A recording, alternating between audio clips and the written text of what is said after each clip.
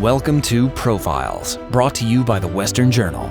Profiles, journeys behind the people and movements shaping our world, bringing you powerful stories from the inspiring people who are living them. Our mission is to travel from the heartland to the coasts and around the globe to bring you up close and personal with the people making our world a better place. One story, one profile at a time. Welcome to Profiles, exclusively on Liftable TV. Hi, this is Bill Dallas, and welcome to a special program of Profiles here on Liftable TV. I'm here in Seattle with Doctors Les and Leslie Parrott. They're the authors of many books, including Love Like That, The Good Fight, Saving Your Marriage Before It Starts, and Better Love. Guys, thanks for letting me be up here with you. Good to be with you, man. You guys are the marriage experts. You've written over 50 books. You've sold millions of copies. And I know there must be a question that you get all the time, and that is it really Les and Leslie? Did you guys meet each other in college? And it was like, and by the way, for those people who don't know, Les is short for Leslie. And did you just end up in a class and then say, we got to get together, or how'd that happen? It's very confusing, and it is the exact same name. Leslie, we spell it the same way. It's even more complex because I'm the third. My dad's name is Leslie, my grandfather's name is Leslie, I'm Leslie, and then I'm married to Leslie. Wow. So you should be at our house around Christmas time. It's a free-for-all on the Leslies. And where did you guys meet?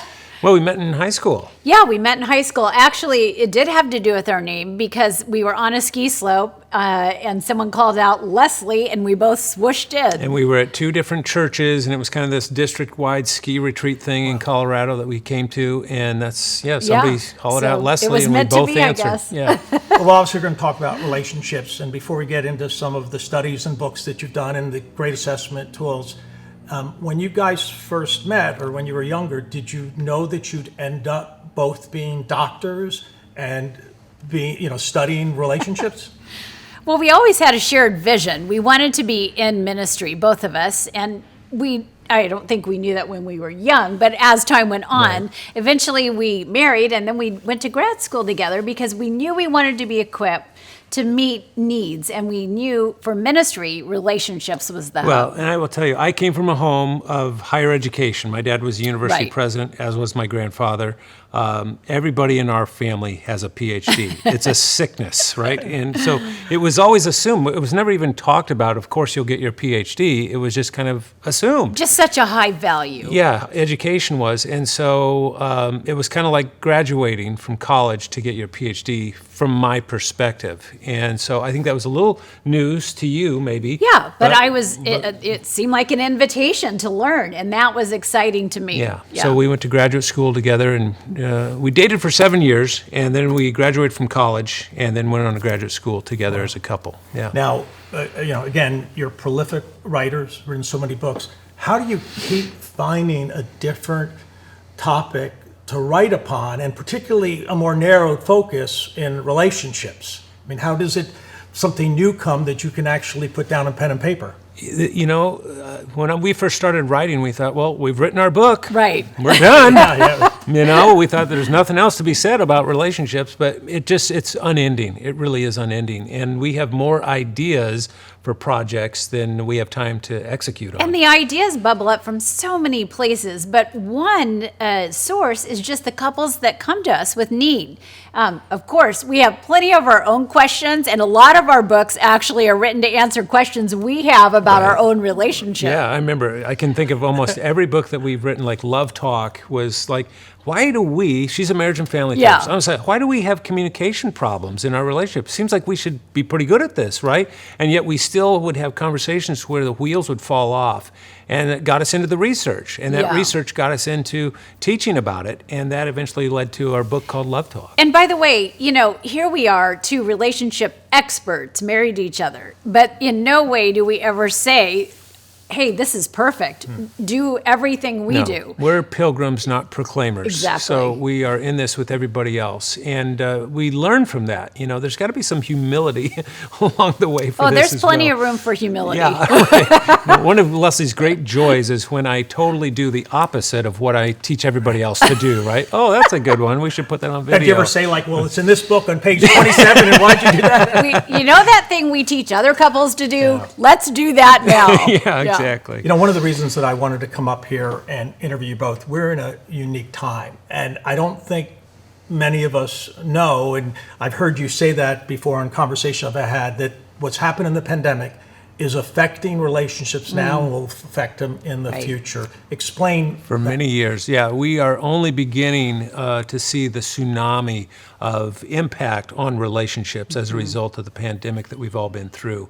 And all the researchers, this isn't just our opinion, Right. this is what we know from across the board. Everybody sees this coming. And why is that? Well, one of the reasons is we've been in lockdown with people in a way that we have never planned on being together that long, you know?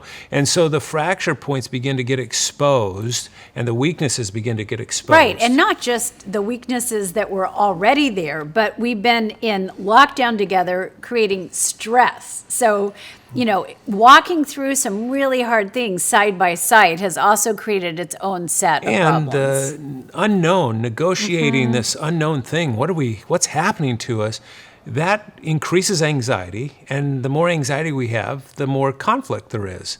And if you didn't have the right tools going into this Right. period to fight a good fight together, as we like to say, it makes it even tougher.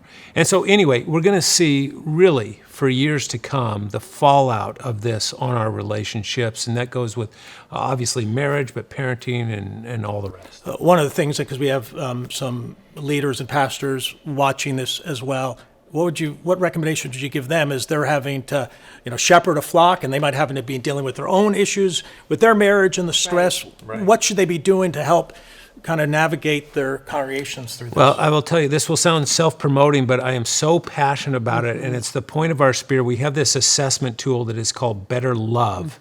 And any pastor, any church, we've done this with countless churches, to do a Better Love campaign where all the couples that want to can take this little assessment tool. It takes about 10 minutes to answer a series of questions, and it generates this 10-page report that's really fun.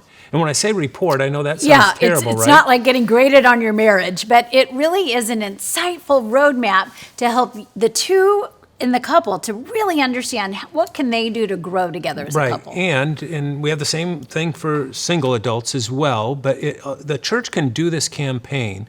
And what it does for the leadership is generate an aggregate, a summary, an overall data-driven report. So now you're making decisions based on true information. And I've heard pastors say, this changed my whole sermon series coming up, or how we do small groups, or all kinds of things. Yeah, and by the way, it maintains confidentiality for each couple that takes the assessment, but the pastor still gets the insight for the trends overall in their church. What an amazing thing. So you're getting the ministry with the couples and then the data-driven insights for your own church. It's kind of the state of marriage within your church. So they can find that at betterlove.com, and it's very economical and easy to do. And again, that's betterlove.com. Well, let's talk a little bit about, again, what's going to be happening. People are now coming back to church. They're coming back in community, but there'll be basically what you're saying, there's this undertone of stress that's maybe even nobody's aware of. That people are going to have the happy faces and all, but deep inside of the relationship, there's this great tension. Yeah, and of course we know about change. Even happy change creates its own stress, right? So as people are going back to school, going back to church, you know, they're escalating their busyness again. All that change is adding its own layer. It's positive change, but it creates a little bit of stress while everyone gets back in the groove.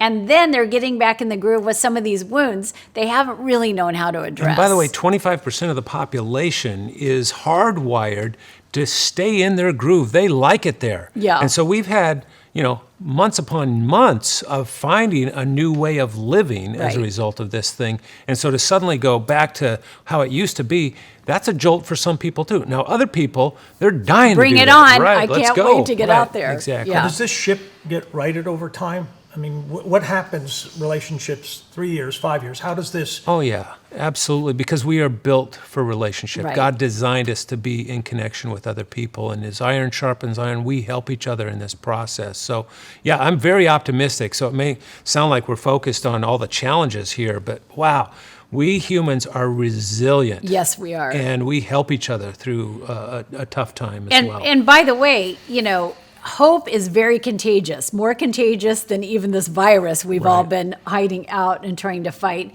And so as we come together, we give each other the gift of that. It's synergistic and contagious. Whenever we step into that, we're lifting everyone at the same time. and while theologians call it hope, psychologists call it optimism. Right. And there's been lots of science behind this capacity to do something. Have you ever heard the phrase learned helplessness? I have. Yeah, Martin Seligman came up with that phrase years ago, maybe 40 years ago at the University of Pennsylvania.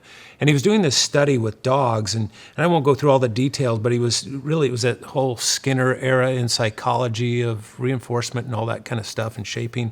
And he learned that certain dogs would just kind of give up when they could avoid, for example, something that was unpleasant. And that's when he said these dogs have learned to be helpless. Right.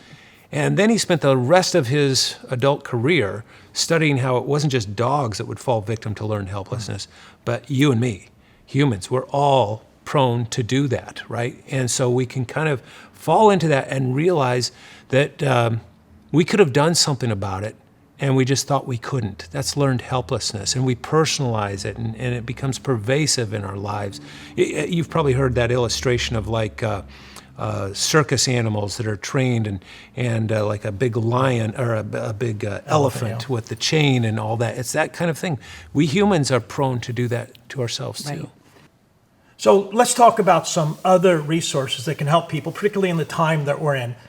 What would you recommend? Well, I'm proud to say this is a new resource. It's called Helping Couples, and it's looking at research over the last many decades of what do we know for sure really does help couples. So you might be a pastor, you might be a counselor, you might be some kind of marriage champion that is a marriage mentor or what have you.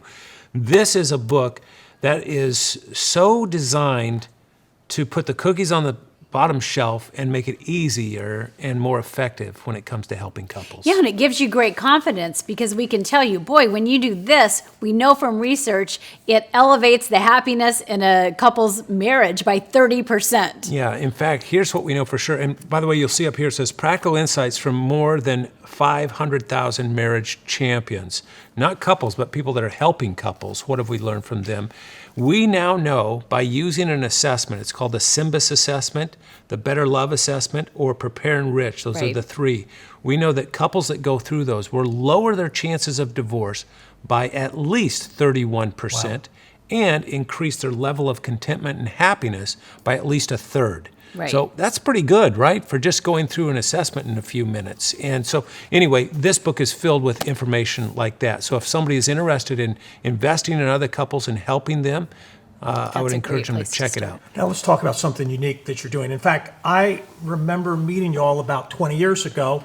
I was 7. You guys must have already been out of graduate school. But no, back then you were just undertaking to do something in Oklahoma. And now 20 years later, it seems like you're back. Explain to the audience what that's about. Yeah, well, we got an invitation from the governor of Oklahoma Right. to move there, which we did for 12 months. And why Oklahoma? He was invested in marriage relationships because Oklahoma at the time had the highest divorce rate in the country. Right. What does that mean to a governor? Well, when couples are not healthy and thriving, that means their families aren't. That means jobs are not. So it was an economic decision, really. And because it was an economic decision, he was able to get a bipartisan support for that and appoint us to be marriage ambassadors and really spearhead a movement there. Yeah, so we traveled to every county. Have you ever been to Corn, Oklahoma? Cannot say I have. Well, I have. Right? And so we've been everywhere in Oklahoma talking about marriage in every Rotary Club and every university, every church, and you name it. But it was all in an effort to strengthen marriages.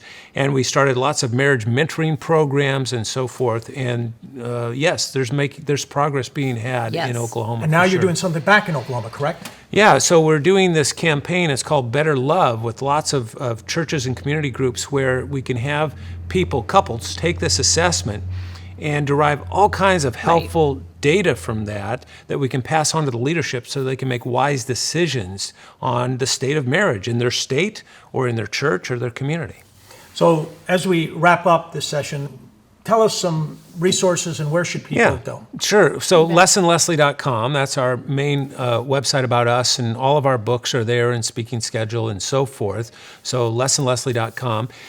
For the assessment for couples, go to BetterLove.com, and you'll find the links on Lesson Leslie there too. But that's where you can begin that process. And then we have launched something new, Bill, that is called Loveology.org. This is a free site that is bringing together world-class leaders, thought leaders in marriage and family and relationships. And these leaders are answering specific questions that people have. So let's say you have a question about in-laws and how they're interfering with your parenting, okay? We're getting really specific there. Well, you can hear from a great leader in that, Henry Cloud, who is an expert on setting boundaries. He's going to address that topic. And you can also hear from this person that also has done research on that and so forth. We're bringing all of these thought leaders together, and so you can get the answers you need in the time that you need them. And that's all at loveology.org. Loveology.org. And then finally, the last kind of words to the people out here who, again, are just, this is a unique time and they're struggling in the relationships and they certainly want to honor God, but it's tough. Yeah. Words that you would kind of give in closing. Yeah, you certainly have our hearts. I mean, we know what people have been through, but we have so much hope. There's so much that's happening right now. And honestly, we've devoted ourselves to creating the tools that will come alongside and move you in the right direction. Absolutely. And if there was something practical that I would kind of put as a capstone onto this experience, just as someone that specializes in relationships, it would be with one word, and that is empathy. Right. Really be intentional about putting yourself in the shoes of other people that you care about. The happiest people on this planet are those that are enjoying mutual empathy with others. So that's my parting word. Well, Les and Leslie, thanks so much for being here with me, and so appreciate what you've been doing over these 20 plus years and the resources you've been providing for the community of Christians. And again, go to realrelationships.com, go to betterlove.com. We'll see you next time. Thanks, everybody. Bye-bye.